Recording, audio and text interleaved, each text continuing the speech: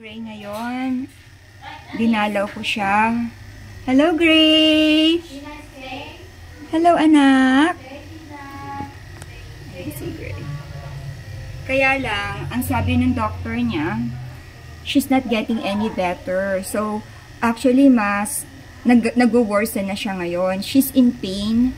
So, nagpa-flush lang daw dito sa kanyang IV. Umiiyak na siya. Tsaka, mas lalo na siyang pumayat kasi hindi siya kumakain. Kahit na i-force feeding, ayaw na rin niyang lumulon. Kahit tubig, hindi na rin niya nilululon. So, tinanong ko si Doc kung ano ba ang magiging sitwasyon. Ganon din kasi ang mangyayari kapag inuwi ko siya sa bahay, naka-IV siya, wala siya magiging improvement, mas lalo mag-deteriorate ang health niya, slow, painful death ang mangyayari sa kanya. And ayokong ganon ang maramdaman ng aking anak kasi mahal ko siya. Mahal na mahal kita, Gray. Di ba ginawa ko yung lahat sa'yo mula December 18? Di ba? Ang aga-agang gumigising ni Mami, 3:30 para asikasuhin ka lang. Kasi ang dami-daming syringe, no? 90? Imaginein mo, 90 na 1 ml syringe. Pagkain, milk, tapos yung water, tapos yung gamot mo pa. Pero ang tiyaga-tiyaga mo, no? Ayan, gumagalaw siya ngayon. O, wag masyadong magalaw, anak.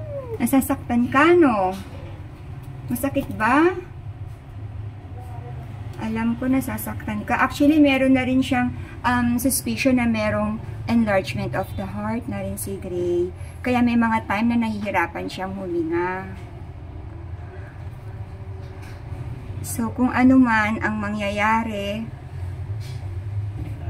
alam ko yun ang pinaka-best para kay Gray. Nakakalungkot. Gray, mahal na mahal ka ng mami, ha? Tandaan mo yan, anak, ha? Ginawa ko ang lahat para sa'yo.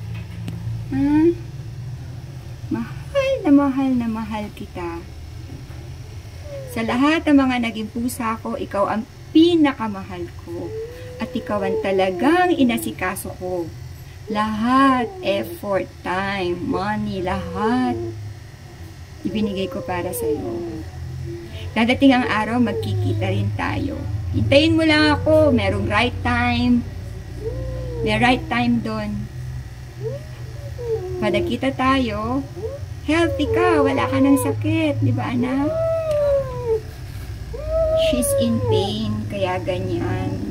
Yan ang pinakaayaw kong mangyari sa lahat. Yung slow, painful death para sa kanya. Ay, nako, Gray. Basta tandaan mo, mahal na mahal kita. And I will do everything para sa'yo.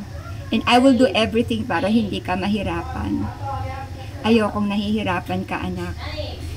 I love you.